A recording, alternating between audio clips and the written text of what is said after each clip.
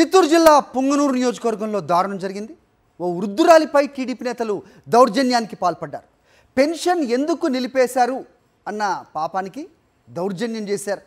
వలమలదిన్నె పంచాయతీ మిర్జేపల్లి గ్రామంలో దళిత వృద్ధురాలు అమరమ్మపై కర్కసత్వం ప్రదర్శించారు. 2 నెలలుగా పెన్షన్ ఇవ్వకుండా సతాయిస్తున్నారు. వైఎస్ఆర్సీపీ సానుభూతి పరులనే కారణంగానే టీడీపీ నేతలు కక్షగట్టి ఓ వృద్ధురాలిపై పెన్షన్ నిలిపేశారు. ప్రశ్నించిన ఆమెపై దాడి చేయడంతో అపస్మారక స్థితిలోకి చేరింది. బాధితురాలిని పొంగనూరు ప్రభుత్వ ఆసుపత్రికి తరలించారు.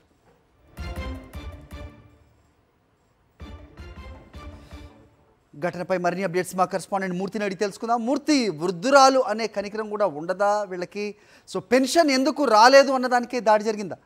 ఏం జరుగుతుంది ప్రస్తుతం? ఆవిడ పరిస్థితి ఏ విధంగా ఉంది? First of all Hari, Chittoor జిల్లా పొంగనూరు నియోజకవర్గం పైన ఈ యొక్క కూటమి ప్రభుత్వం మొదటి నుంచి కూడా కక్ష సాధింపు చర్యలకు పాల్పడుతోంది. ప్రధానంగా వైఎస్ఆర్ కాంగ్రెస్ పార్టీకి సానుభూతి పరులుగా ఉన్నారనేటువంటి ఒకే ఒక్క కారణం చేత ఈ యొక్క వలమలదిన్నె పంచాయతీ మిర్జేపల్లి గ్రామంలో యొక్క దళిత వృద్ధురాళ్ళ పైన కూడా తమ యొక్క ప్రతాపాన్ని చూపుతూ ఉన్నారు. నిన్న పెన్షన్ ఇవ్వలేదంటూ నిలదీసినటువంటి యొక్క వృద్ధ మహిళల పైన ఈరోజు ఉదయాన్నే 3 నాయకులు వచ్చి దాడి చేయడం జరిగింది. యొక్క అమరమ్మ అనేటువంటి వృద్ధురాలు ప్రస్తుతం అపస్మారక స్థితిలోకి వెళ్ళిపోయింది. చిట్టమ్మ, ఇందిరమ్మ, మరో 2 మహిళల పరిస్థితి కూడా ఆందోళనకరంగా ఉంది. ప్రస్తుతం వారిని పొంగనూరులో ఉన్నటువంటి ప్రభుత్వ ఆసుపత్రికి తీసుకువెళ్లి చికిత్స అందిస్తున్నారు. గత నెల కూడా పెన్షన్ ఇవ్వకుండా నిలిపివేసినటువంటి టీడీపీ నేతలు నిన్న పెన్షన్ ఇస్తున్న సమయంలో తమకు ఎందుకు ఇవ్వట్లేదంటూ నిలదీశారు. వీరి యొక్క వైఎస్ఆర్ కాంగ్రెస్ పార్టీకి సానుభూతి పరులుగా ఉన్నారనే ఒకే కారణంగానే మీకు పెన్షన్ నిలిపివేస్తున్నామంటూ టీడీపీ నేతలు కరాఖండిగా చెప్పడం,